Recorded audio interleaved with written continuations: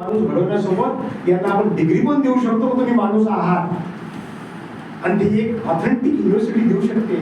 म्हणून मी अमरावती युनिव्हर्सिटीकडे गेलो, अर्ज केला आणि विनोद तावडे त्यावेळी मंत्री होते, शिक्षण मंत्री होते. त्याने मला खूप सहकार्य केलं त्या काळात. आणि जेव्हा मला ऍप्लिकेशन मिळालं त्यावेळेस मी युनिव्हर्सिटीमध्ये ज्यावेळी गेलो त्यावेळेस मला त्यांनी सांगितलं, त्या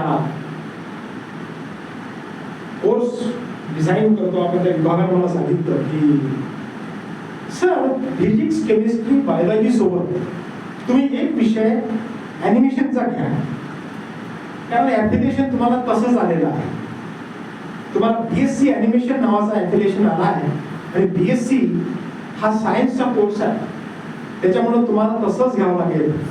मी त्यांना म्हटलं सर असं नाही, ॲनिमेशन हा फार मोठा सब्जेक्ट आहे, तो असं केमिस्ट्री बायोलॉजी फिजिक्स घेऊन चालणार नाही. यात पण म्हटलं केमिस्ट्री बायोलॉजी फिजिक्स आहे पण ते वेगळ्या पद्धतीचं आहे. म्हटलं हे गव्हर्नमेंट केमिस्ट्री बायोलॉजी फिजिक्स आहे, मानवानं अभ्यास केलेली केमिस्ट्री बायोलॉजी फिजिक्स हे फार तोडकी आहे. परंतु देवानं निर्माण केलेली केमिस्ट्री बायोलॉजी फिजिक्स याचा दृकमाध्यमात अभ्यास करणं हा सुद्धा एक फार मोठा अभ्यासक्रम आहे. तुम्ही समजून घ्या. नाही म्हणे सर आम्ही समजून घेऊ शकतो, परंतु मान्य करत नाही युनिव्हर्सिटी. मग मला पुन्हा विनोद तावडेंकडे जावं लागलं. मी म्हटलं सर मी असं ऍप्लिकेशन घेऊ नाही शकत. म्हटलं मी विद्यार्थ्यांना मूर्ख नाही करू शकत.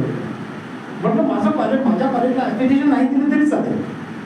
माझं कॉलेज म्हटलं ॲनिमेशन घडवण्याचं होतं, आपलं माणूस घडवण्याचं होतं, मी याच्यापुढे माणूस घडवत राहील म्हटलं.